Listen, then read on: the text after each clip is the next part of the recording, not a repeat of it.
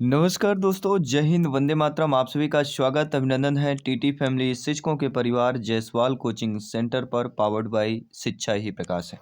दोस्तों, आज की क्लास में हम बात करने वाले हैं, आपके पेडागोजी की क्लास रहेगी, शिक्षण शास्त्र की क्लास रहेगी। और पेडागोजी का यह पार्ट नंबर आपका 16 रहेगा, ये 16वां पार्ट है। इसके पहले ऑलरेडी हम 15 पार्ट कंप्लीट कर चुके हैं। इस पार्ट में हम टॉप 30 क्वेश्चन करने वाले हैं। और इसके पहले पार्ट का आई बटन पे ऑलरेडी यहाँ पे लिंक दे दिया गया है, प्लेलिस्ट बना दिया गया है। तो सभी क्लासेज फ्री ऑफ कॉस्ट है, क्योंकि यह राष्ट्र हित में टीटी फैमिली है, शिक्षकों का परिवार, अवर टीचर्स फैमिली है। तो सभी लोग ज्वाइन हो जाइए। क्लास को 30 क्वेश्चन करेंगे। 30 में से आपका फीडबैक क्या है, आपका कमेंट क्या है, आपको अवश्य शेयर करके बताना, फीडबैक करके बताना है।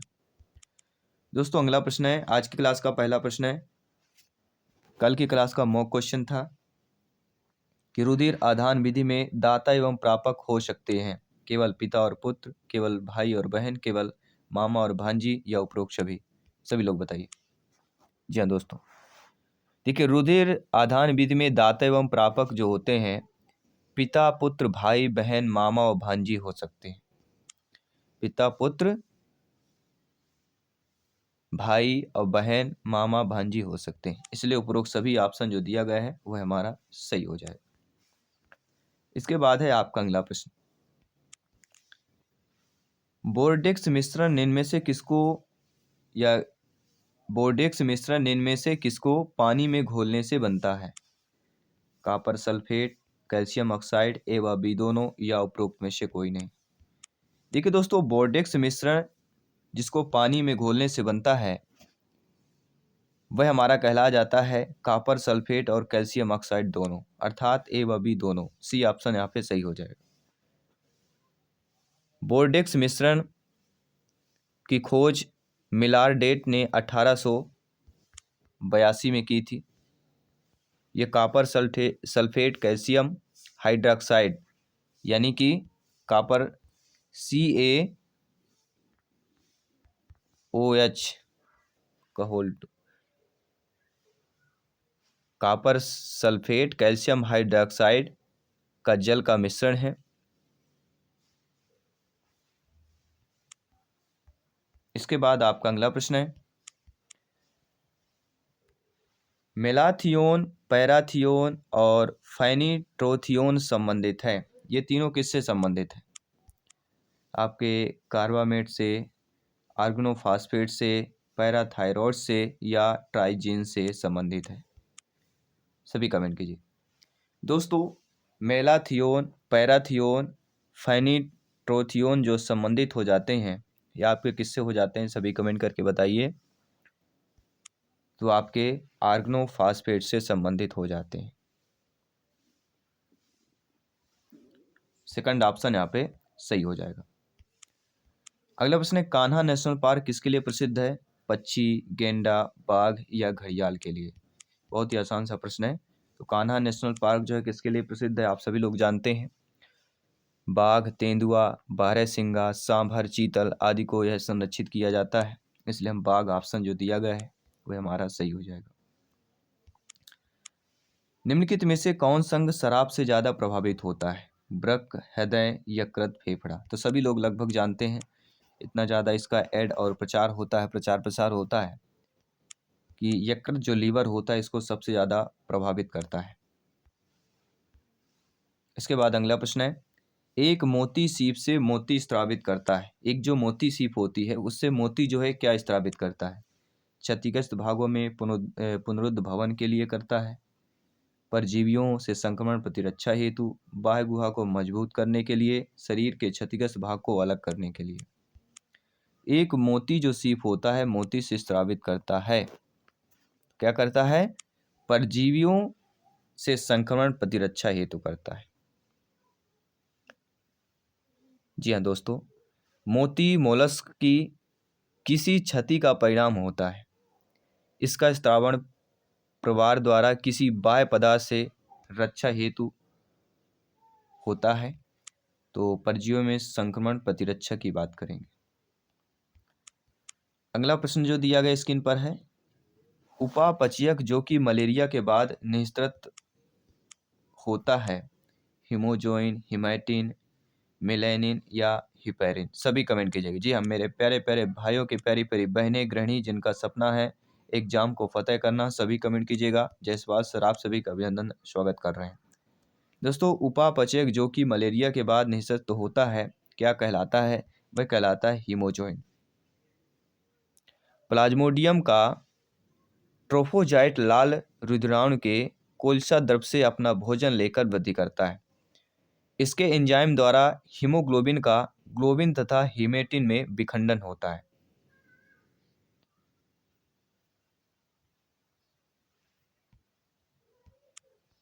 अगला प्रश्न देख लेते हैं। मलेरिया परजीवी जीवन चक्र पूरा करता है, एक पोषक में, दो पोषक में, तीन में या समूह पोषक में करता है? सभी कमेंट कीजिए। देखिए, जो मलेरिया परजीवी जीवन चक्र होता है वह जो पूरा करता है वह दो पोषकों में करता है। जी हाँ दोस्तों, मलेरिया परजीवी यानी प्लाज्मोडियम दो पोषकों मनुष्य तथा मादा एनाफ्लीज मच्छर पर अपना जीवन चक्र पूरा करता है। मनुष्य और मादा एनाफ्लीज मच्छर। अगला है एक अणु जो कि प्रतिरक्षी उत्पन्न करता है, प्रतिरक्षी, प्रतिजन, उत्परिवर्जक या कैंसर उत्पत्ति कारक। तो कोई भी अणु या एक अणु जो कि प्रतिरक्षी उत्पन्न करता है वह हमारा कहला जाता है प्रतिजनन। जी हाँ दोस्तों, प्रतिजन प्राय क्या होता है? प्रोटीन होती है, परंतु यह कार्बोहाइड्रेट, वसा, न्यूक्लिक अम्ल भी प्रतिजन हो सकते हैं। यह विशेष प्रकार की प्रतिरक्षी एंटीबॉडी को उत्प्रेरित करते हैं और प्रतिरक्षी वह अणु है जो प्रतिजन को निष्क्रिय करता है। अगला प्रश्न है, तंबाकू की आदत इनमें से किसके कारण होती है? तो सभी लोग जानते हैं, हम बात करेंगे निकोटीन। सभी लोग जानते हैं, बहुत ही सिंपल सा प्रश्न है। अगला प्रश्न देख लेते हैं। पुष्प रंग की वंशागति एक अपूर्ण प्रभाविता का उदाहरण है। निम्नलिखित में से यह लक्षण किसके द्वारा दर्शाया जाता है? एंटीराइमन, पाइसम, सोलेनम या हिबिस्कस? तो पुष्प रंग की वंशागति एक अपूर्ण प्रभाविता का उदाहरण है। इनमें से यह जो लक्षण है किसके द्वारा जो है दर्शाया जाता है? तो यह लक्षण आपके एंटीराइनम के द्वारा दर्शाया जाता है। एंटी मेजस या सर्पगंधा इनेस आपका स्नैप ड्रैगन। एंटीराइमन मेजस को क्या बोला जाता है? सर्पगंधा स्नैप ड्रैगन की बात करेंगे। आई होप आप समझ गए होंगे। इसके बाद है आपका अगला प्रश्न है, एलील या आपका एलीलोमार्फ होते हैं। एक जीन के विभिन्न विरोधी एकांतर रूप में, संबिंदुपथ गुणसूत्र में, लिंग गुणसूत्र युग्म में या उपरोक्त में से कोई नहीं। तो एलील या एलीलो जो मार्फ होते हैं वह किस में होते हैं? वह एक जीन के विभिन्न विरोधी और एकांतर रूप में होते हैं। ये क्या होते हैं? एक ही गुणों के भिन्न विरोधी व एकांतर रूपों को प्रकट करने वाले कारक को एक दूसरे का एलील या एलीलोफार्म कहते हैं। जैसे आपका बड़ा टी लंबा होता है, छोटा टी जो होता है स्मॉल वो बौना होता है, ठीक है। बड़ा बी जो होता है वह काला होता है, स्मॉल बी सफ़ेद होता है। ये एक दूसरे से एलील होते हैं। अगला जो प्रश्न है, निम्नलिखित ग्रेमनी कुल के सदस्य के भ्रूण को ऊर्ध्वाधर लंबवत काट में ए से जी तक सही नामांकन करें और उचित विकल्प का चयन करें। अब देखिए, आपके इमेज दिख रहा होगा, पेपर में से एक इमेज आएगा, आपके भ्रूण को ऊर्ध्वाधर लंबवत काट में दिखाया जाएगा और उसमें नामांकित ये होंगे। ग्रेमनी कुल के सदस्य के भ्रूण को दिखाया जाएगा और इसमें ए से जी तक आपके नामांकित रहेंगे और उनका जो विकल्प है आपको चयन करना है। यानी कि आपको ए से जी तक है उनको सही विकल्प करना कि कौन सा पहले आएगा, कौन सा बाद में आएगा, ठीक है। तो कौन श्रेणी के आधार पर यहाँ पे करना पड़ेगा। तो डायरेक्ट हम आंसर की बात करते हैं। देखिए, पहला जो आता है आपके स्कूटेलम आता है, इसके बाद कोलियोपटाइल आता है, इसके बाद प्रवोह स्तंभ शीर्ष आता है या प्रवोह शीर्ष आता है, फिर आता है एपीब्लाट्स, इसके बाद मूलांकर आता है, मूलांकुर, इसके बाद मूलगोप आता है और अंत में आता है कोलियोराइजा। इमेज में आप लोग देख पा रहे हैं।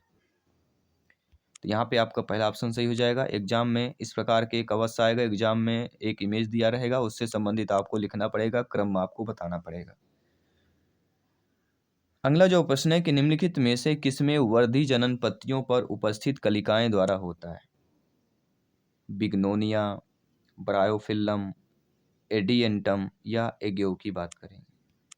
तो जिसमें जो है वर्धी जनन पत्तियों पर उपस्थित कलिकाएं द्वारा होती हैं या होता है, वह हमारा बिग्नोनिया कहलाया जाता है। बिग्नोनिया में कायिक जनन अपस्थानिक कलिकाओं द्वारा होता है और ब्रायोफिल्लम में कायिक जनन पत्तियों की किनारों या खांचों में उपस्थित प्लांटलेट्स के द्वारा होता है और एगेओ एक भूमिगत तना बल्बिल होता है, एगो की अगर बात करें। और एडियंटम जो होता है, एडियंटम में वर्धी और कायिक जनन पत्तियों के शीर्ष पर उपस्थित कलिकाओं द्वारा होता है। अगला प्रश्न है, वाल्टर सटन किस योगदान के लिए प्रसिद्ध है? अनुवांशिक अभियांत्रिकी, टोटीपोटेंसी, सांख्यिकी अनुवांशिकी, वंशागतिका, गुणसूत्र सिद्धांत की बात करेंगे। वाल्टर सटन किस योगदान के लिए प्रसिद्ध होता है? तो हम सभी लोग जानते हैं वंशागति और गुणसूत्र सिद्धांत की बात करेंगे। वंशागत व गुणसूत्र सिद्धांत वाल्टर सटन एवं टी बोवेरी ने 1902 जी हाँ 1902 में प्रतिपादित किया। सटन और बोवेरी ने मेंडल के निष्कर्ष, गुणसूत्र का व्यवहार एवं जीन के बारे में सहसंबंध बनाया और यह संबंध जो है अर्धसूत्री एवं सूत्री विभाजन के दौरान जो है प्रतीत होता है। अगला, निम्नलिखित में से कौन सा जीवाणु जूट एवं फ्लैक्स के विलगन या गलन उत्तरदायी है? लैक्टोबैसिलस, क्लास्ट्रीडियम, बैसिलस, एग्रोबैक्टीरियम की बात करेंगे। तो निम्नलिखित में से जो जीवाणु जूट एवं फ्लैक्स के विलगन या गलन का उत्तरदायी होता है वह हमारा क्लास्ट्रीडियम कहलाता है। जी हाँ दोस्तों, क्लास्ट्रीडियम जीवाणु रेशे वाले पौधे जैसे जूट, फ्लैक्स के रेशों को पौधे से अलग करने या विलगन के लिए उत्तरदायी होता है। अगला प्रश्न है, मांस की किशोर अवस्था होती है? मेयोस्पोर, कैप्सूल या संपुटिका, पुतंतु या बीजाणुभिद्ध की बात करेंगे। तो मांस की किशोर अवस्था कौन सी कहलाती है? कौन सी कहलाती है? पुतंतु। देखिए, बीजाणु अंकुरण करके पुतंतु या प्रोटीनिमा बनाता है और यह भूमि पर रेंगने वाली शाखी सूत्रों की बनी शैवाल जैसी रचना होती है और इसके सूत्र पटयुक्त एवं क्लोरोफिल युक्त होते हैं। तो हम किसकी बात करेंगे? पुतंतु की बात करेंगे। निम्नलिखित में से कौन से एक लक्षण द्विबीजपत्रियों से संबंधित नहीं है? देखिए दोस्तों, दो बीजपत्र, जालिकावत शिराविन्यास और 3 खांच युक्त परागण, ये तीनों लक्षण जो है द्विबीजपत्रियों से संबंधित है, लेकिन जो द्वितीयक वृद्धि की अनुपस्थित दिया गया है, द्वितीयक वृद्धि ये द्विबीजपत्री पौधों का विशेष लक्षण है।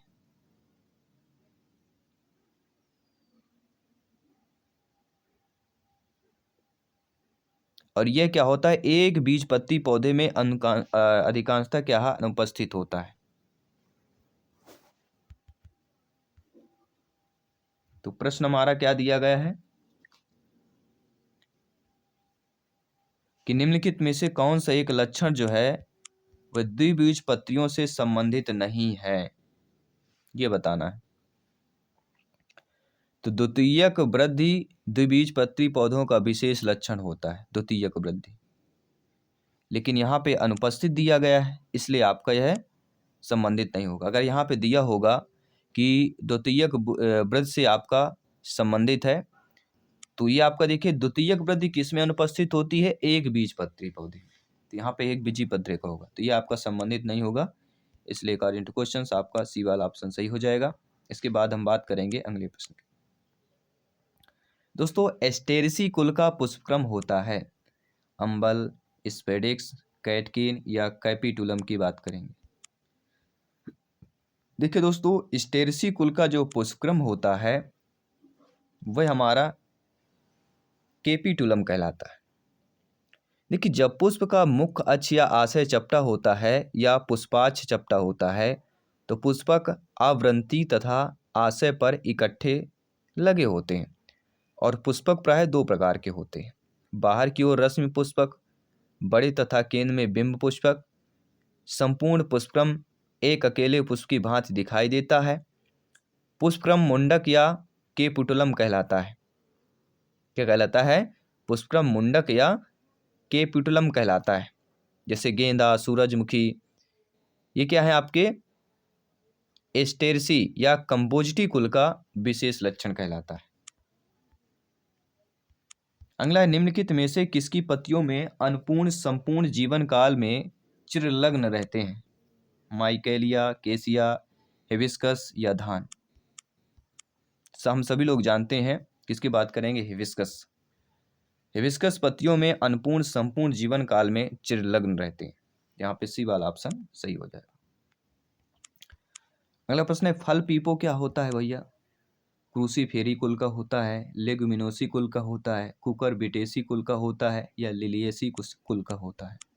तो फल पीपो क्या होता है, सभी बताइए। अगर आप जानते हैं बेफिक्र कमेंट कर सकते हैं। तो पेपो फल जो है आपका मांसल या एवं गूदेदार होते हैं तथा बहुत कुछ बेरी के समान होते हैं, परंतु वह फल युक्तांडपी, अधोवर्ती या जायंग गोपरिक अंडाशय, बहुअंडपी एवं भित्ति बीजांडासन से विकसित होते हैं। अर्थात हम बात करेंगे कुकुरबिटेसी कुल की बात करेंगे। किसकी बात कर रहे हैं, सभी लोग बताइए। यह फल कुकुरबिटेसी कुल का विशेष लक्षण है, जैसे खीरा, लौकी, खरबूजा इत्यादि की बात करेंगे। अंतर्विष्ट विभज्योतक उत्तरदायी होता है? द्वितीयक वृद्धि हेतु, प्राथमिक शीर्षस्थ वृद्धि हेतु या द्वितीयक गोलार्ध हेतु उत्तरदायी होता है। तो अंतर्विष्ट जो विभज्योतक होता है वह किसके लिए उत्तरदायी होता है? तो वह आपके शीर्षस्थ वृद्धि के लिए उत्तरदायी होता है। आइए बात करते हैं अगले प्रश्न की। निम्नलिखित में से कौन सबसे मीठी शर्करा है? Sucrose, glucose, fructose, maltose. तो सभी लोग जानते हैं। अब देखिए 11th और 12th की अगर आप एनसीईआरटी की बायोलॉजी की बुक पढ़ लेते हैं तो कहीं सारी चीज़ें आपके क्लियर हो जाती है। तो बेसिक चीज़ें अगर क्लियर करना है तो 11th 12th की बायोलॉजी के एनसीईआरटी बुक अवश्य पढ़िए। देखिए फ्रक्टोज सबसे मीठी शर्करा होती है। यह मुख्यतः फलों तथा शहद में पाई जाती है। कौन? फ्रक्टोज। फलों और शहद, जो कि हम मानते हैं शहद सबसे मीठा होता है। वैसे शक्कर का घोल ज़्यादा कर देंगे तो हो जाएगा, लेकिन शहद की बात करें तो फ्रक्टोज की बात करेंगे। फसल चक्रण किसान द्वारा किसकी बढ़ोतरी हेतु अपनाना चाहिए? भूमि उर्वरता हेतु, सामुदायिक क्षेत्र हेतु, भूमि का कार्बनिक संघटक हेतु, भूमि में नाइट्रोजन संगठन के लिए। तो फसल चक्रण किसान द्वारा किसकी बढ़ोतरी हेतु अपनाना चाहिए?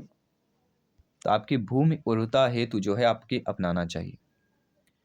देखिए फसल चक्र एक खेत में फसलों की एक खेत के बाद एक यानी एकांतर क्रम में खेती का क्रम होता है। जैसे अनाज के बाद दलहन, तिलहन, उसके बाद चारा फसल या परती भूमि रखना। इस विधि में मृदा का संगठन संरक्षित रहता है और इसके साथ साथ मृदा की उर्वरता भी बनी रहती है। इसके बाद है आपका अगला प्रश्न है, हाइड्रोपोनिक्स द्वारा पौधे उगाने की प्रणाली होती है? मृदाविहीन संवर्धन, अम्लीय भूमि, मृदाविहीन संवर्धन यानी क्षारीय माध्यम में, और मृदाविहीन संवर्धन अम्लीय माध्यम में।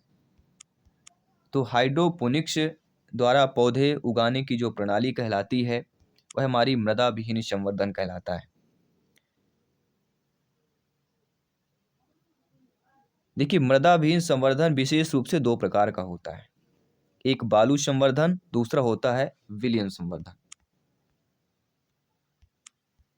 अगला प्रश्न है, उच्च वर्ग के पौधे में हरित लवक की आकृति एवं संरचना होती है? डिस्काइड, कप के आकार की, गुही आकार की या जलिकावत आकार की होती है? तो उच्च वर्ग के पौधे में हरित लवक की आकृति एवं संरचना जो होती है दोस्तों वह आपके डिस्काइड के अकॉर्डिंग होती है। देखिए हरित लवक जो होते हैं हरे रंग का लवक होते हैं, इसलिए इनको हरित लवक कहते हैं, जो पौधे में प्रकाश संश्लेषण की प्रक्रिया में भाग लेते हैं और हरित लवक में स्थायी या अस्थायी रूप से स्टार्च का जो है संचय रहता है। और विकसित पौधों की एक कोशा में लगभग 20 से लेके 50 हरित लवक होते हैं या हो सकते हैं। और उच्च वर्ग के पौधों में हरित लवक की आकृति डिस्काइड का जो व्यास होता है वह कितना होता है, 4 से लेके 6 म्यू एम तक होता है। और मोटाई कितनी होती है, 2 से लेके 4 म्यू एम तक होता है।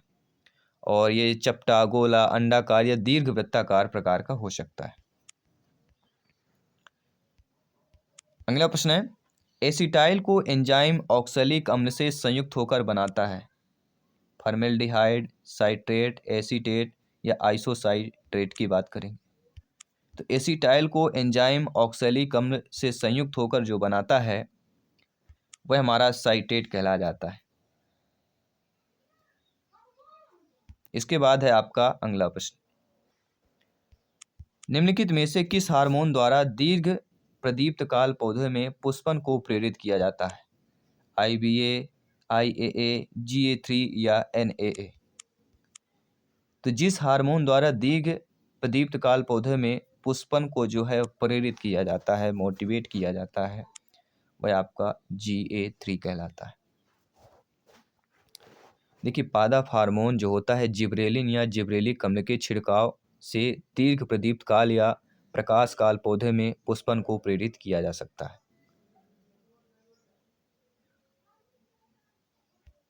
अगला प्रश्न देख लेते हैं, यदि किसी पौधे की समापन शीर्ष कालिका को अलग कर दिया जाए तब पौधों की अधिक वृद्धि होगी। लंबाई में, झाड़ीदार, अल्प वृद्धि या तीव्र वृद्धि की बात करें तो यदि किसी पौधे की समापन शीर्ष कालिका को अलग कर दिया जाता है तो पौधों की अधिक वृद्धि जो होती है वह आपके लंबाई में वृद्धि होगी। जी हाँ दोस्तों, कलिका से अलग करने के समापन से पौधे की लंबाई में वृद्धि बाधित हो जाएगी और पौधा झाड़ीदार वृद्धि करेगा। अगला प्रश्न है, साइकस की कोरेलाइट जड़ में किसका आवास होता है। एनाबीना का, कवक का, टाइटिकम का या लेमना का होता है। जी हाँ दोस्तों, साइकस की कोरेलाइट जड़ में किसका आवास होता है। यह आप सभी के लिए मॉक क्वेश्चन के रूप में प्रश्न दिया जा रहा है। 30 नंबर प्रश्न है। 30 में से आपने कितने स्कोर प्राप्त किया, फीडबैक किया, आपको कमेंट बॉक्स में और शेयर करना है, फीडबैक करना है। और 7 PM में हम बाल विकास पेडागोजी की लाइव क्लास के साथ मिलते हैं। सभी मित्रों को जय हिंद, वंदे मातरम, धन्यवाद सभी।